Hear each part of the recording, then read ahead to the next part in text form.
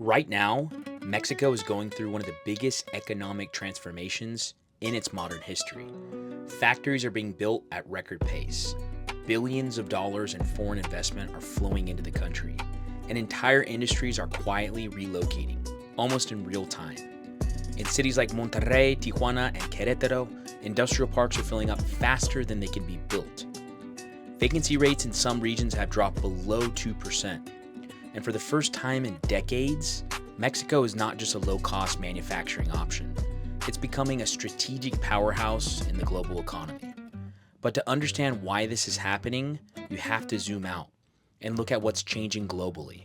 For decades, global manufacturing revolved around one country, China. At its peak, China produced nearly 30% of the world's manufacturing output, more than the next several countries combined. Its economy reached over $17 trillion, built on exports, industrial scale, and deeply integrated supply chains. Entire industries became dependent on China.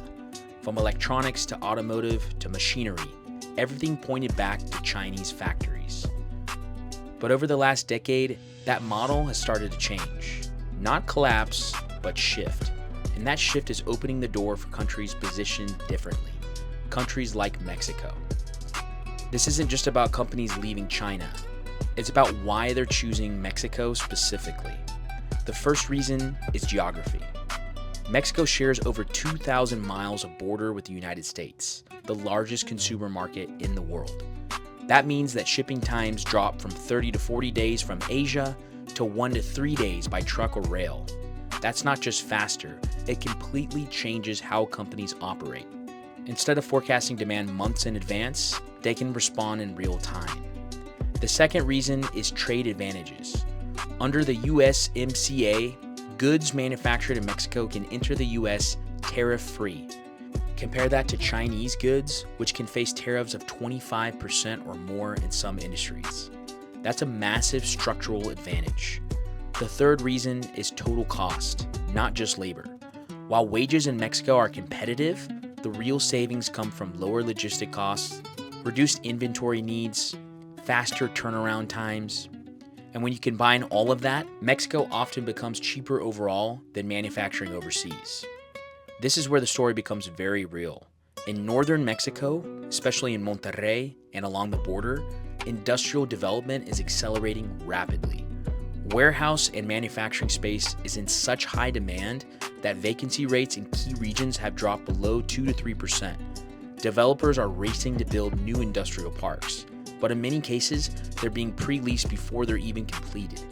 Foreign direct investment in Mexico has surged, reaching tens of billions of dollars annually. Major global companies are expanding operations, such as Tesla building a massive factory in Nuevo León, BMW continues expanding in San Luis Potosí, Samsung and Foxconn are scaling production. Even companies from China are investing in Mexico, using it as a gateway to the North American market. And this is showing up in the data. Mexico has now become the largest trading partner of the United States, with trade exceeding $800 billion annually. The driving force behind all of this is something called nearshoring. It means supply chains are no longer global by default. They're becoming regional. Instead of producing everything in Asia, companies are building supply chains closer to their customers. For North America, that means Mexico. And this changes how businesses operate. Inventory levels drop because goods move faster. Production becomes more flexible. Companies can customize products for local markets. And more importantly, risk is reduced. COVID exposed how fragile long-distance supply chains really were. Nearshoring is the response to that. And Mexico is the biggest beneficiary. One of the most important and least talked about factors in Mexico's rise is its demographics. Mexico's median age is around 29 years old. In China, it's over 40 years old and rising. That gap has long-term consequences. China's workforce is shrinking. Mexico's workforce is still growing. Over the next 2 decades, Mexico will continue adding workers to its economy, while China faces increasing labor shortages and rising costs. This gives Mexico a generational advantage in manufacturing, not just today, but for the next 20 to 30 years.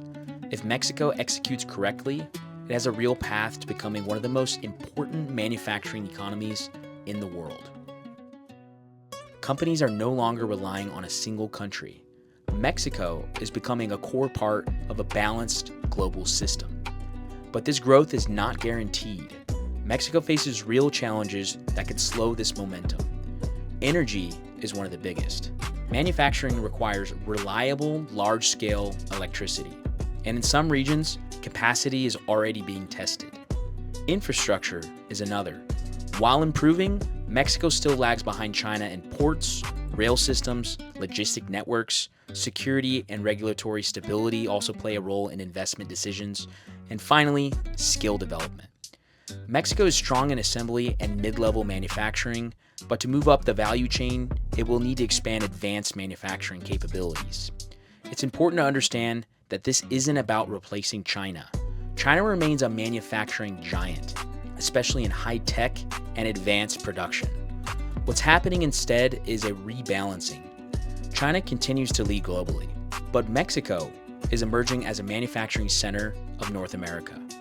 And in some industries, that shift is already well underway. Over the next 5 years, Mexico will continue to see rapid growth in manufacturing and nearshoring. Industrial regions will expand. Foreign investment will increase. Over the next 10 years, Mexico could solidify its position as the dominant manufacturing hub for North America. Higher value industries will scale. Infrastructure will become a critical focus. Over the next 20 years, Mexico has the potential to become one of the most strategically important economies in the world. If it can sustain growth, invest in infrastructure, and maintain stability. What we're seeing right now is not just an economic trend. It's a structural shift, a reorganization of how global manufacturing works. And Mexico is at the center of it. For decades, it was seen as a low-cost alternative. But today, it's becoming something different, a strategic hub and manufacturing powerhouse, and potentially one of the most important economies of the future. The real question isn't whether Mexico is rising, it's how far this transformation goes, and whether Mexico can fully capitalize on the opportunity in front of it. And this is Mexico Insider. Thanks for watching.